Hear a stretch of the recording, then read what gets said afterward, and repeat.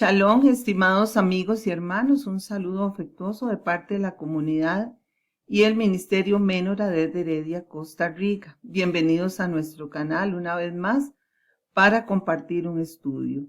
Vamos primero a hacer una oración antes de iniciar. Levantemos nuestras manos. Bendito seas tú, Yahweh, nuestro Elohim, Rey del universo, que nos santificas con tus mandamientos y nos has ordenado ocuparnos del estudio de tu Torah. Permite que tu Ruach HaKodesh nos ilumine y nos dé todo el entendimiento necesario para nuestra edificación espiritual. En el nombre de Yahoshua, nuestro Mesías. Amén y amén.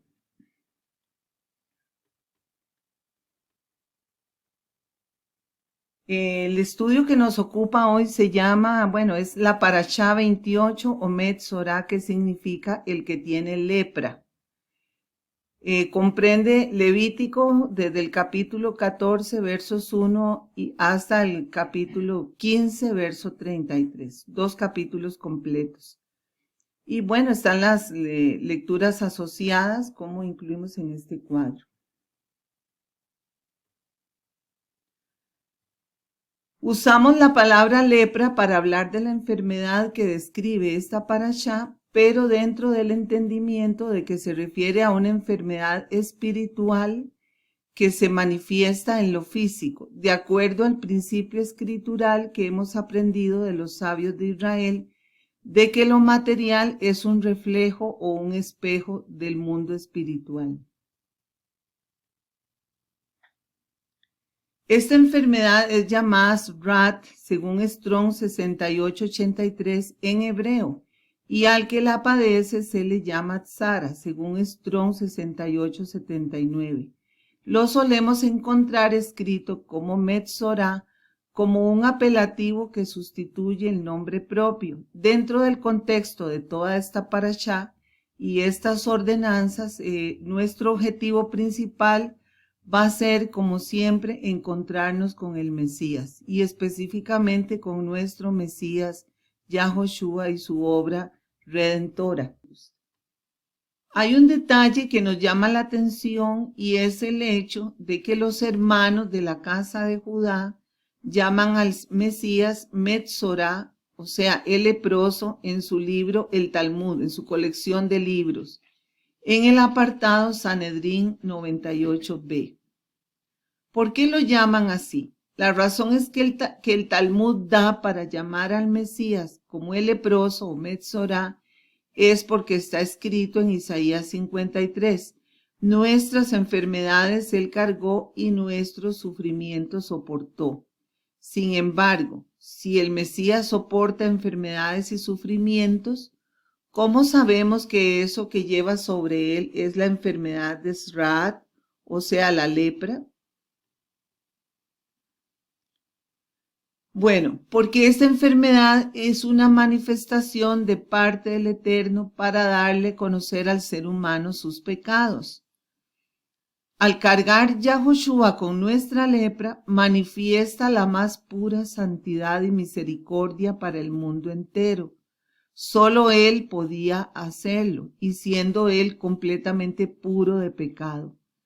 En eso coincidimos con la casa de Judá, con nuestros hermanos de la casa de Judá, aunque ellos todavía no identifiquen al Mesías con Yahoshua, por lo menos por ahora, porque sabemos que proféticamente en un momento dado ellos lo van a hacer antes del final de los tiempos. Sigamos con el tema de la parashá. Leemos en la parashá que solamente el Cohen estaba autorizado a declarar si la manifestación de la enfermedad era Srat, o sea, la lepra. El Cohen o sacerdote, según Strong 54-58, es la representación de Yahoshua, el Mesías para Israel, según leemos en Hebreos 4, versos 14 al 16. Eso nos lo demuestra que Yahoshua es el sumo sacerdote para nosotros. El sacerdote era el único autorizado a declarar si la enfermedad de la lepra, si era lepra y si la persona había sido ya sanada de la lepra, porque esto evitaba que malignos o personales intereses declararan impuro a un israelita para obtener beneficios oscuros. Igual a lo que ocurría en el tiempo cuando Yahoshua se manifestó en la carne y tuvo acaloradas disputas con los líderes religiosos de su tiempo por ese motivo, que ellos declaraban impuros y despreciaban a cualquier persona que no se avenía a sus propios intereses y a sus propias interpretaciones. La enfermedad aparece con 3 manifestaciones en la piel, según la Torá. Y esto llama la atención porque las enfermedades de la piel son las que se manifiestan a todo el mundo, son visibles. Por más que una persona se cubra, es muy difícil que pueda cubrir absolutamente toda la piel. Según la Torá, la describe con 3 manifestaciones. Los comentaristas judíos las asocian, esas 3 manifestaciones, con 3 pecados destructivos. Veamos.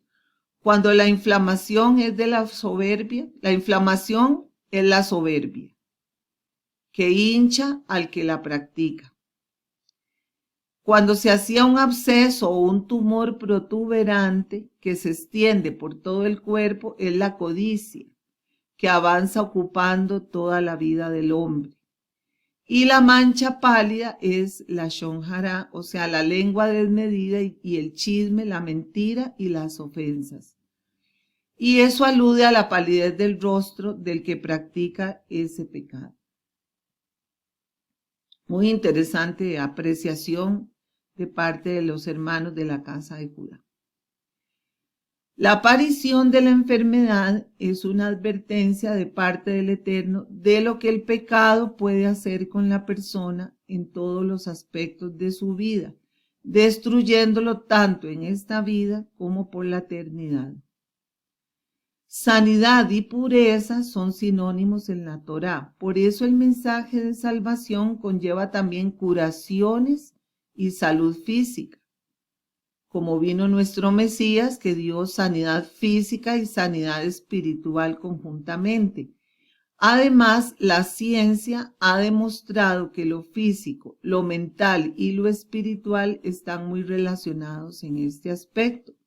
Una persona que enferma de la mente o enferma del cuerpo o enferma del espíritu va a afectar las otras áreas de su ser entero porque están íntimamente relacionadas, confirmando lo que nos dice la Escritura.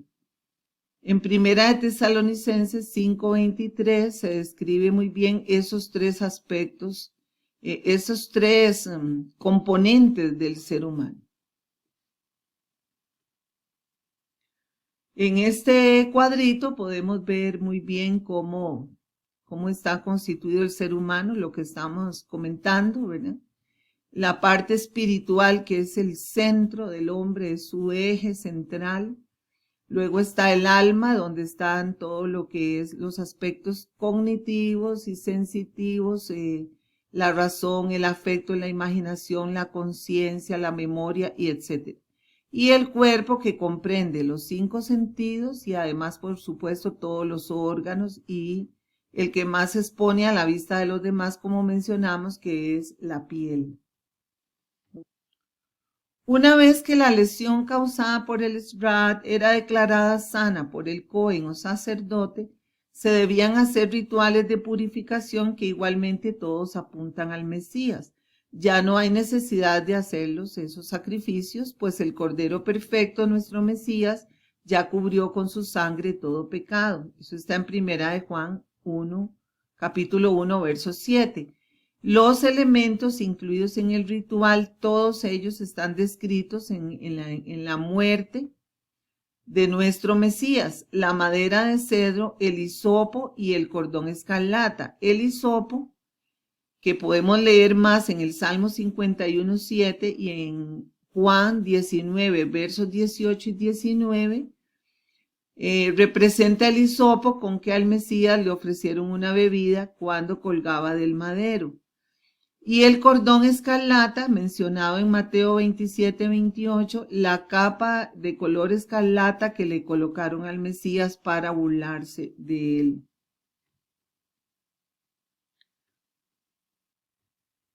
En cuanto al cedro, podemos decir que algunos versos en la Escritura nos permiten presumir que el árbol del Edén fuera similar a un cedro. Eso lo leemos en Ezequiel 31, 8.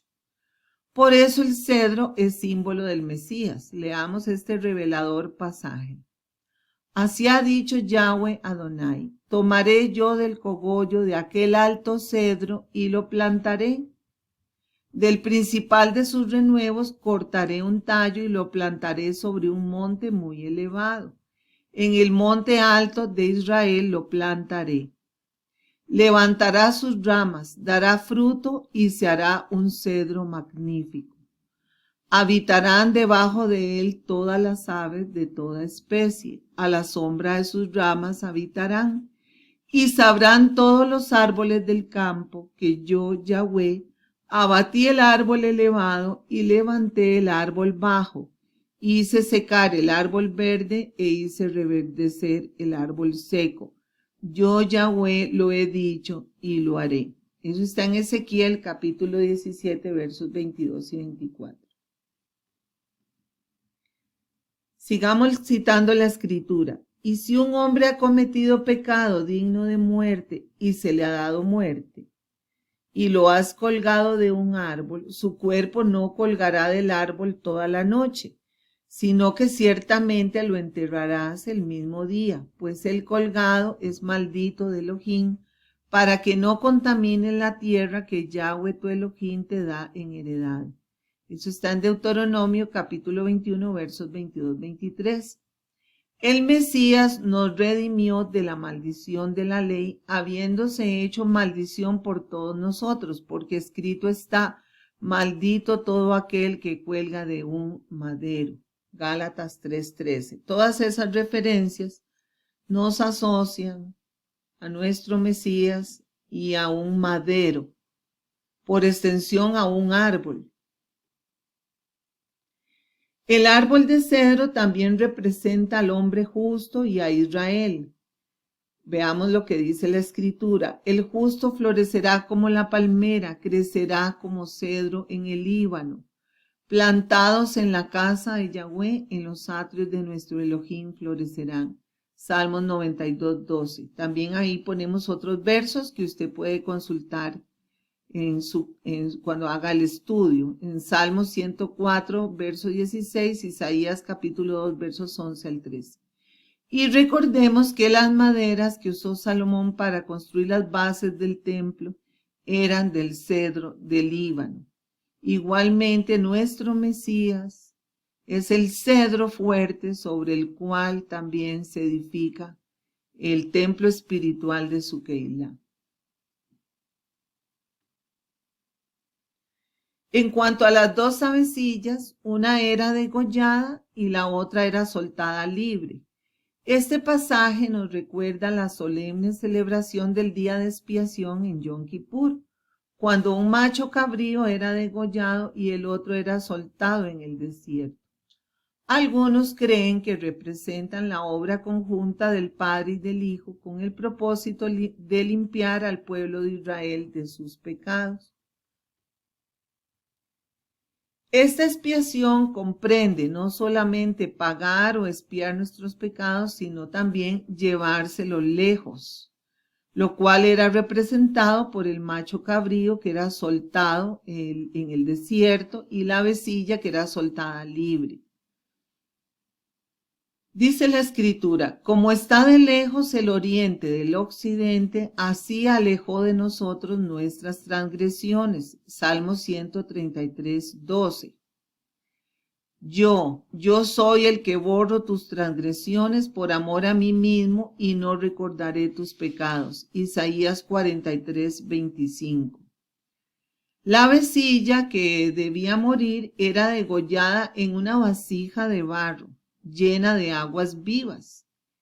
Esto nos recuerda, la vasija de barro nos recuerda la obra del alfarero, la obra que el Eterno hace en nuestras vidas, según leemos en Jeremías capítulo 18.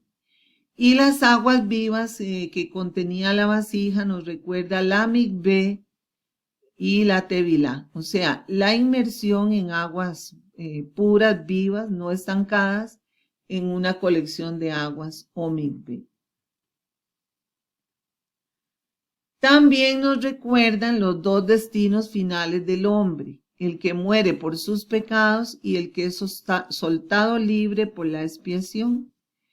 El ave que moría en aguas vivas, o sea, en la migbe, representa a los pecadores que mueren al pecado y así lo hacen público en la tevilá. Cuando hacemos la tevilá, damos un testimonio público de que morimos al pecado, morimos al mundo y resucitamos con Yahoshua para una vida diferente. Dice la palabra, fueron sepultados juntamente con él en la inmersión, en el cual también fueron resucitados juntamente con él por medio de la fe en el poder de Elohim que lo levantó de entre los muertos. Colosenses 2:12. Leímos en la paracha cómo el sacerdote debía untar con la sangre de la vecilla la oreja derecha, el pulgar de la mano derecha y el pulgar del pie derecho. Y este procedimiento se repetía con el aceite que el hombre declarado sano tenía que llevar como ofrenda. Él tenía que llevar una medida de aceite, que es la medida, es un poquitito, es la menor medida de líquidos que existía en los tiempos bíblicos, y tenía que llevarla también, y con ese aceite se repetía el procedimiento de untar la oreja, el pulgar de la mano derecha y el pulgar del pie derecho. Hemos entendido por otros pasajes que el lóbulo de la oreja representa el escuchar la Torá, la obediencia. La palabra Shema en las escrituras, que significa fama, oído, oyendo, algo escuchado, un sonido, una audiencia. Es escuchar con atención. Es la primera palabra de esa oración que llamamos el Shema, que repetimos todas las mañanas y todas las tardes. El pulgar de la mano representa las acciones del hombre y el pulgar del pie representa el caminar en el sendero de la Torá durante toda su vida. Todos estos conceptos son ideas constantes en la escritura, son ideas que se mantienen en toda la escritura. Untar con sangre y aceite estas partes del cuerpo cuando la persona era sanada de Srat, o sea, del pecado, representa la expiación y la unción de la Ruach HaKodesh, el espíritu de santidad de Yahweh, porque el aceite de oliva es uno de los símbolos de la Ruach HaKodesh. En la mano izquierda se colocaba también otro poco de aceite porque el situarse en la mano izquierda representa justicia, según leemos en Mateo 25:33, cuando las naciones impías son colocadas a la izquierda del Maestro, del Mesías Redentor, pero también simbolizan protección durante el juicio, según leemos en la Escritura. Sea tu izquierda bajo mi cabeza y abráceme tu diestra. Cantares 2:6. El aceite sobrante de todo este procedimiento se derramaba sobre la cabeza de la persona sanada, y eso es un símbolo de consagración para el servicio del reino. Según leemos en Salmos 23:5, Eclesiastés 9:8 y en Levítico 8:12, cuando a Aarón se le derrama aceite sobre su cabeza para consagrarlo al servicio sacerdotal. Igualmente nosotros, después de que somos sanados del pecado, recibimos la unción de la Ruach HaKodesh que nos capacita para poder servir en el templo espiritual para el reino de Yahweh. En caso de que el enfermo sanado no dispusiera de fondos suficientes para dar toda la ofrenda requerida, todos los elementos de la ofrenda, se disponía un ritual similar pero con menos costo. Esto nos recuerda la consideración de Abba Yahweh para con las personas de menos recursos, que siempre las va a tema humano, siempre habrán personas que tengan más y que tengan menos. Existen algunas instituciones religiosas y de otra índole que exprimen al pobre hasta sacarle lo máximo, y muchas veces al rico lo eximen de pagos. No es así en la Torá. Yahweh es justo y pide a cada uno según lo que pueda dar, no más de eso. Una vez sanado, el hombre o la mujer debían raparse todo el cabello del cuerpo. Esta es una medida higiénica muy adecuada. Permitía mirar si salía nuevamente una lesión en alguna parte del cuerpo que no fuera tapada por el cabello, pero también permitía que el proceso de sanidad fuera visible para todas las personas. Pero si analizamos lo simbólico y escritural, leemos en la escritura que quitarse la barba en el varón y raparse la cabeza, y que la mujer se rapara la cabellera son signos de luto, de duelo y de deshonra. Eso lo podemos comprobar en Esdras 9:3, Jeremías 48:37, Primera de Corintios 11:6, Isaías 3:24. Usted puede ahí comprobar la afirmación que estamos haciendo. Este dolor, este luto y este duelo son condiciones propias de la persona que llega a reconocer y que se duele del pecado cometido. Una vez que todo esto pasaba, la persona se rapaba todo el cuerpo, sea hombre o mujer, debía lavar todas sus ropas.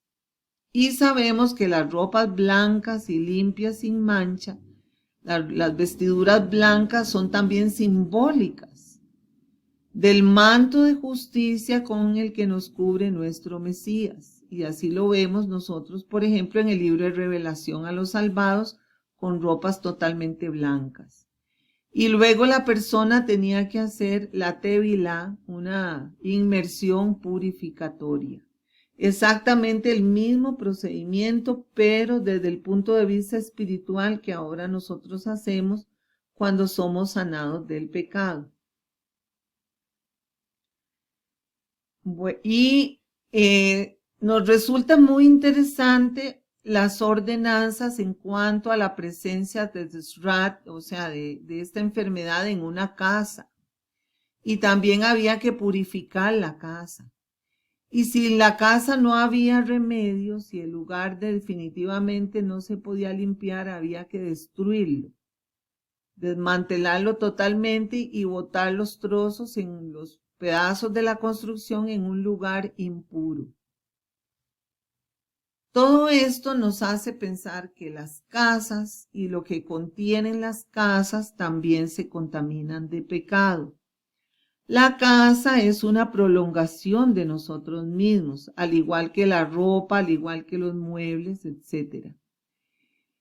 En casas donde se practican pleitos, homicidios y blasfemias, obscenidades, esos son lugares contaminados. Nosotros hemos acostumbrado ungir los hogares de los hermanos para purificarlos y también es adecuado hacerlo con los enseres y la ropa nuevos que llevemos al hogar. Todo lo que nosotros llevemos al hogar, ropa o algo nuevo, debemos orar, debemos agradecerle al Padre por ese don de tenerlo, pero también debemos purificarlo, porque son cosas que vienen ya cargados con toda la energía del pecado de afuera. Igualmente, hay que eliminar libros, objetos, adornos y todo contenido en el hogar que esté ligado al pecado de Srat. Y así como la casa tenía que ser destruida si no había posibilidad de que se arreglara, de que se sanara del pecado, también tenemos que entender que si estamos en un lugar, en una casa, en un hogar, en un trabajo, en determinado lugar donde pasemos nuestros días, en donde rige la blasfemia, la burla, la palabra, el adulterio y los vicios y cosas de este tipo, toda clase de pecado, es mejor que nosotros, pues no podemos destruirlo, pero sí tenemos que alejarnos de ese lugar impuro. Una enseñanza muy importante, que muchas veces no se toma en cuenta por intereses materiales o familiares. En cuanto al flujo del varón, vemos cómo también se le aplican al varón las leyes de nidá, o sea, las leyes de separación que estudiamos con respecto a la mujer con sangramiento en la pasada parashá. Había dos tipos de flujo del varón, el flujo seminal y el flujo no especificado por el órgano masculino. El flujo no especificado por el órgano masculino es un signo de enfermedad, todos nosotros lo sabemos. Y las enfermedades que dan este tipo de flujo, este signo sanitario, suelen estar relacionadas con la prostitución, con el adulterio. Por ejemplo, todo el capítulo 23 de Ezequiel nos habla de esta correlación entre la fornicación, la lujuria, la prostitución y la idolatría. Son todo tipo de pecados que van de la mano, siempre van juntos. Recomiendo la lectura completa del capítulo 23 de Ezequiel. No lo deje pasar. En ese capítulo se describen a las dos hermanas que son las dos casas de Israel, representadas por Jerusalén, que era la capital de una, y Samaria, la capital del reino del norte, prefigurándolas como vírgenes que se fueron con sus amantes y se prostituyeron, porque ellas se fueron con sus amantes paganos y se involucraron en sus ritos idolátricos. Y dice así la escritura en ese capítulo: y se apasionó de sus amantes, cuya carne es la carne de los asnos y cuyo flujo es el flujo de los caballos. Ezequiel 23:20. El derrame seminal o flujo de semen es considerado en la escritura como un desperdicio de la fuente de la vida. Esa salida del semen es una fuente de vida y eso no lo podemos negar. Dice la escritura: sea bendito tu manantial y alégrate con la mujer de tu juventud. Proverbios 5:18. Es como un manantial. Algunos maestros han creído ver en este flujo seminal que se describe en la parashá a la masturbación, sea en solitario o sea con una mujer, como leímos en Levítico capítulo 15, versos 16-18, que dice que cuando se derrame flujo seminal sea solo o acompañado de una mujer, con el fin de autosatisfacerse e impedir la fecundación y el embarazo, lo cual los convierte en impuros a ambos. Otros objetan esta opinión, argumentando que también el varón sufre derrames seminales en forma involuntaria, lo cual también lo convertía en impuro. En todo caso, la enseñanza que podemos extraer de eso es que el cuidarse de evitar contacto con el flujo, sea seminal o sea de otra índole, que sea proyectado del órgano masculino, y también guardar la pureza sexual, es una norma preventiva sanitaria de indudable valor, sobre todo en esos tiempos que conocemos más del SIDA y otras enfermedades de transmisión sexual. que siempre han existido y han hecho estragos en toda la humanidad a través de toda la historia. Esto incluye evitar la masturbación con una mujer, el uso de la pornografía con ese fin, pues en la mente radica sobre todo la fidelidad y la pureza sexual. Ahí comienza todo, en la mente. Y esta forma de sexualidad es tan dañina como la otra forma, pues lleva a conductas inapropiadas. O sea, la impureza sexual mental de ver películas sensuales, de ver pornografía, puede conducir a una persona a buscar la violencia sexual en la vida real, a practicar también el adulterio y a llegar hasta también a la pedofilia. Y hemos visto personas que practican estas cosas, como les encuentran en sus casas, en sus computadoras, material pornográfico de todo tipo, que fue lo que dio origen a toda esa conducta. Es tan peligroso como también practicar las relaciones sexuales en forma promiscua, simplemente por satisfacerse. Bueno, aquí hemos terminado con esta enseñanza sobre la Metzorá, el que tiene lepra, y esperamos que sea de edificación espiritual para todos y un saludo muy cordial. Nos vemos hasta la próxima. Si le gustó el video, le agradecemos que le ponga like y lo comparta en redes sociales y que se suscriba a nuestro canal. Hasta luego y muchas gracias a todos. Que pasen un buen día.